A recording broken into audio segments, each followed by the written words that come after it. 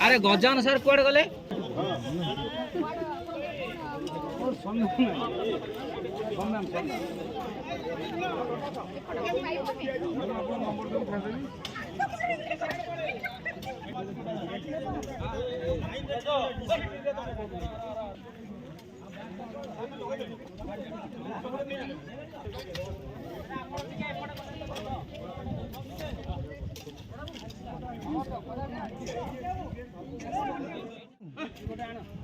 ना आगे आसबार अच्छी मनोज फोटो उठी वीडियो फोन कर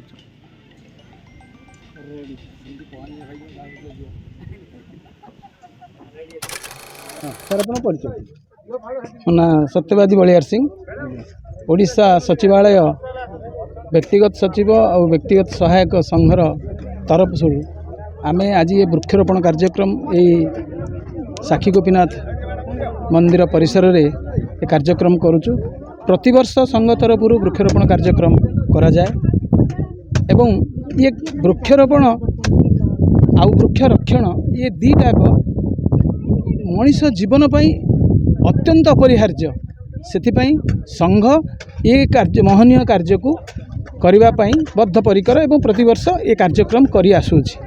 ये कार्यक्रम वृक्ष मनीष जीवन नुहे जीव जगत पाई आवश्यक नचेत आमे देखुचे ये प्रचंड खरा और प्रचंड जो अंशुघात रे लोक माने शेष अवस्था को पहुँचले तथापि चेतुना ये चेतना जागृत करने पाई एवं प्रकृति वास्तव में गछ लगे गछ रोपण करवा एवं गछ रक्षण करवा ये हूँ मूल उद्देश्य संघर। से प्रतिवर्ष यार सांस्कृतिक जो संघ अच्छी सचिवालय व्यक्तिगत सचिव एवं व्यक्तिगत सहायक संघर जो सांस्कृतिक संघ अच्छी ता तरफ ये कार्यक्रम सबुले आम कर आसुचु प्रतिवर्ष आउ ये कार्य प्रतिवर्ष चालू रहिबो। यह जीवजगत अत्यंत अपरिहार्य। कौन कह मो ना प्रताप चंद्र सामंतराय समाजसेवी घर हूँ रथिपुर गढ़ आमर साखी गोपीनाथ मंदिर जो डेवलपमेंट काम चली आज ओडिशा सचिवालय एसोसिएशन समस्त मेंबर ऑल डिपार्टमेंटर मेंबर मैंने आसते से मैंने आज वृक्षरोपण कले मंदिर बुली से बहुत शांति अनुभव कले।